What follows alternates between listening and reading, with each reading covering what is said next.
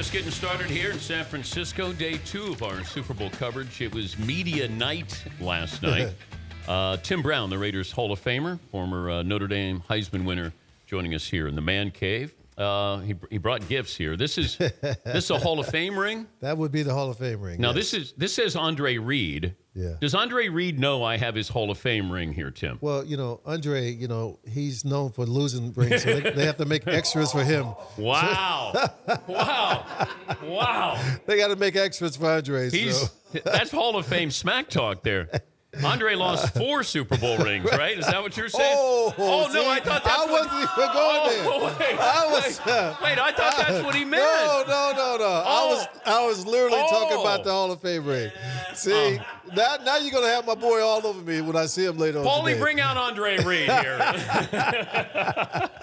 Let's get it started. Good to see you, Tim. Good to be here. Is there smack talk with Hall of Famers? Or once you get to that level? No, I think that's a beautiful thing, Dan. I think everybody looks at each other as being on the same level. Chris Carter pulled me over the night that I was elected and said, hey, look, man, they've been comparing us since our junior year in college. It's all over now. It's over. We're on the same team. We're at the same level, and that's the way it's going to be for the rest of our lives. So I think once you get there, man, there's no I'm bigger or better than you. It is what it is, But competition-wise, ego-wise, did you feel like you were better than those receivers? No, absolutely not. I mean, we were all in different situations, I mean, I think with what I had, I did the best with what I could do. Same thing with Chris, and obviously Jerry had a great situation, but, people want to talk about Jerry Rice all the time, but, how he had these great quarterbacks.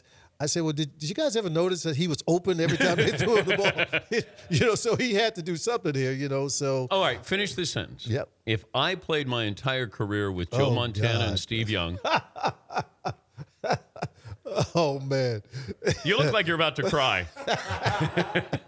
Hey, look, only God knows what would happen. Okay, but just for fun.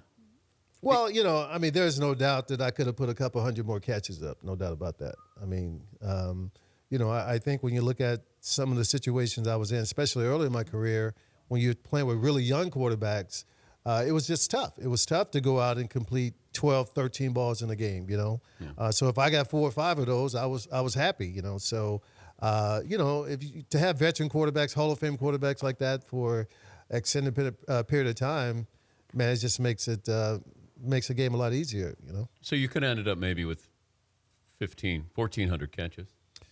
Yeah, 1,400 catches, I think would have been. Look, I had 1 year with Jeff George, and I put up 104 balls, so 104 catches that year.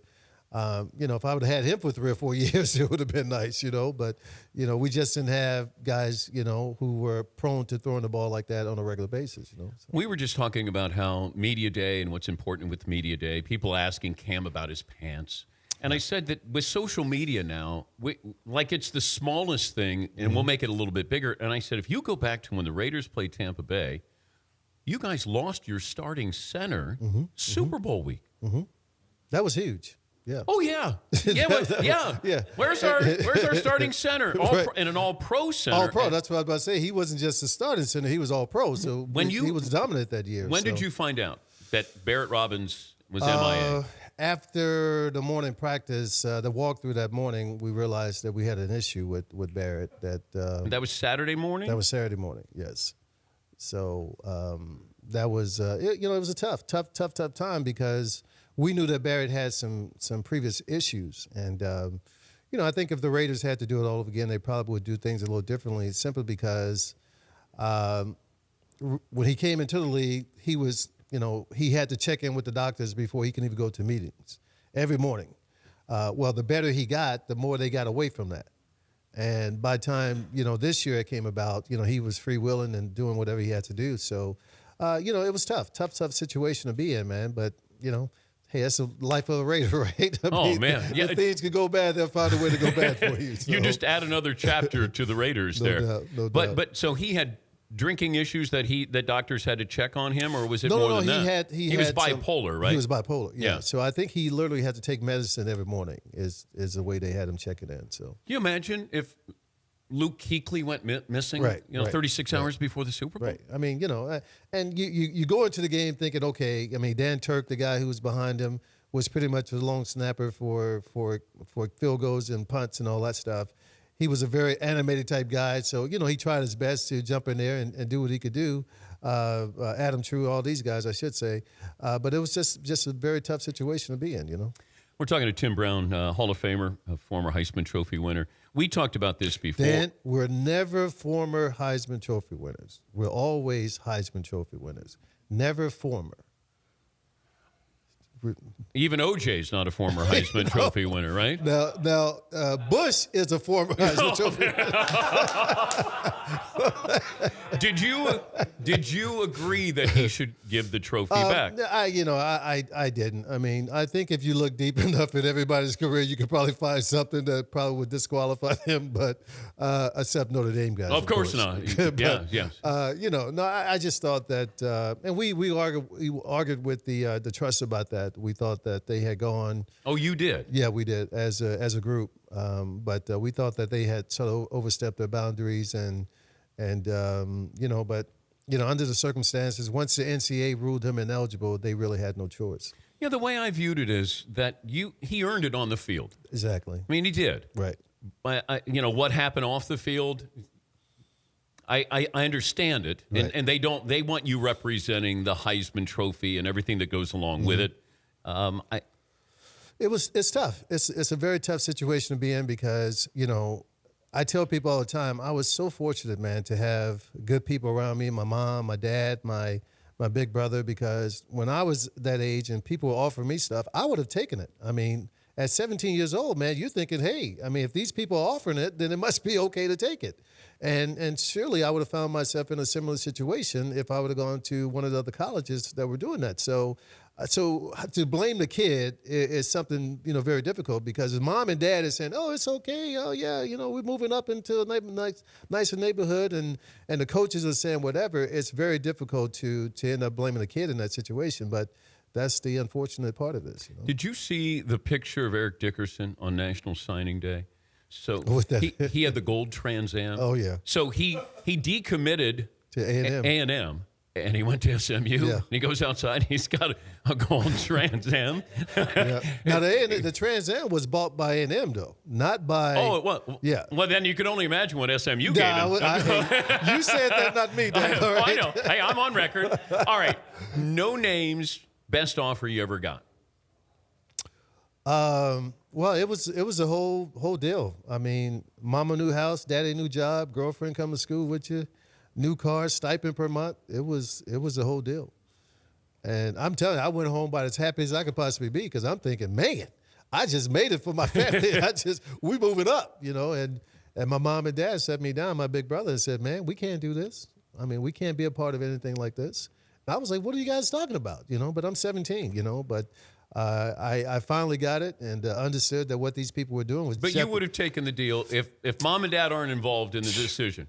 I mean, because the people who were in front of me were people who I had respected for a long time, even before this situation came about. So, absolutely. I mean, it's like your mentor coming up to you and say, "Hey, Dan, this is okay to do this." I think I would have done it and not even thought about it. To go to the Super Bowl, but then get roughed up in the Super Bowl. Mm-hmm. Would you rather not go to the Super Bowl? Oh no! To have that opportunity, man. To stand on that field and to play for the world championship, I mean, there's no other feeling in the world. I had played at that particular time 25 years of football, going back to seventh grade, and never had a chance to play for a championship. So for me, it was ultimate. And believe me, if you're gonna lose the Super Bowl, you want to lose like that. You don't want to lose by a last-second field goal. Really? You want to get blown out because that way you can say, hey, we didn't have a chance. But you don't want to be reliving, oh, my God, what if I'd have made that play? Or what if we'd have made this play? Or what if we'd have had a kick here at the end? You don't want to, you can't, that kind of, losing the way Tennessee lost, and no, you don't want to lose on the last second. So you would goal. rather not, you're not haunted by it? Absolutely not. We had no chance going into that game. We realized that, When did you realize you had no chance? I think there was a situation where, we tried some things that didn't work early on, and then we went back to what we initially were going to try. And when that didn't work, we all looked at each other and said, this is going to be a long game, you know. So, But Gruden knew what was coming. yeah, I mean, it was his offense. Yeah. But did Rich Gannon change the calls, the audibles? No, you know, we tried to change, but, you know, I mean, then they changed back to the original offense, and then that's when all the trouble came, you know, so. You had 100 career touchdown catches, Yes. right? 11 different quarterbacks. Yes. Can you name all 11? Well, surely there was Steve Berline. There was Jay Schrader, Todd Marinovich. Todd Marinovich threw you 4. Vince Evans. Vince Evans threw you 3. Billy Joe Hobart. Billy Joe Hobart threw you 7. Did he really? 7? 7. Wow. Got to give him more love. He only had 8 for his career, probably, but he threw 7 to you. Of course, Jeff Hostetler. Hostetler threw 27. Jeff George. Jeff George, 6. Of course, Rich Gannon. Rich Gannon, 30. How many is that? 9. That's 9? You got 8, actually. 8. Excuse me. Yeah. I said Vince Evans. Vince Evans there. One guy threw you 1. Phew. What did it do? Do you have the year? Do you have the year? No, I think his nickname was Bull. Bull from Night Court. Brad Johnson. Oh my God, my 100th one. He threw Yeah. my 100th touchdown. Yeah. Must have been a long celebration there with Brad. Hey, thanks, Brad. See ya. No, Brad threw Chris Carter his 100th touchdown pass too. A little history for you. Chris probably doesn't remember it either. Donald Hollis. Donald Hollis, yeah, absolutely, yeah. He threw 4. Yep. Wade Wilson. Wade, I was going to say Wade. But Wade threw 4. Really? Yeah. And Jay Schrader. Wow. Jay Schrader? I said Jay. Oh, did you? Yeah, I Jay said Schrader. So there you go. That's your murderer's row there. Yep. It was an interesting time. No And doubt I don't about it. think there's any Hall of Famers in there.